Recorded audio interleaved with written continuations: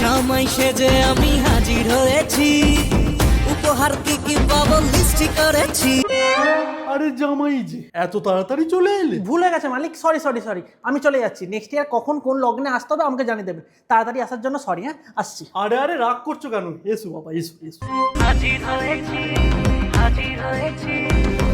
তো বলো বাবা জীবন, কি খবর? সব ঠিকঠাক তো? হ্যাঁ হ্যাঁ, যেদিন থেকে আপনার মেয়ে আমার লাইফে এসেছে ওই দিন থেকে আমার লাইফের পঞ্জিকায় প্রতিটা মাস হচ্ছে পৌষ মাস। তাই নাকি? সত্যি বলছো? না না, একদম মিথ্যা কথা বলছি, একদম মিথ্যা কথা বলছি। আমাকে বিশ্বাস করতে হবে না, আপনার মেয়েকে জিজ্ঞাসা করে নিন। আমি চললাম, হ্যাঁ আমি আসছি। আরে আরে রাগ করো না, আমি তোমায় বিশ্বাস করি। বসো বসো বসো। হাজির হয়েছি, হাজির হয়েছি। শাশুড়ি মা, আজকে তাহলে কি স্পেশাল মেনু হচ্ছে? আমি বলছি বাবা জীবন, বাজার তো আমিই করেছি, আমিই বলি। হ্যাঁ বলুন। কি নেই তুমি শুধু ভাববে।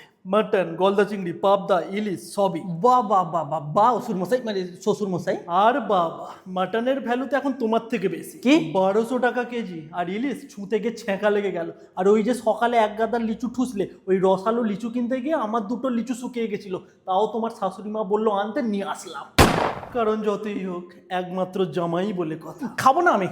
শাশুড়ি মা, আমাকে ওইসব কিছু দেবেন না, আমাকে আলু ভাতের ডাল দেবেন, নয়তো মুড়ি বাতাসা দিয়ে দেবেন, আমি খেয়ে বাড়ি চলে যাবো। আরে আগে বলতে পারতে, তাহলে আমি এগুলো কিছুই আনতাম না। উল্টে আমার পকেটটা পুরো খালি হয়ে গেল। খাবো না, আমি চললাম, আমি আসছি।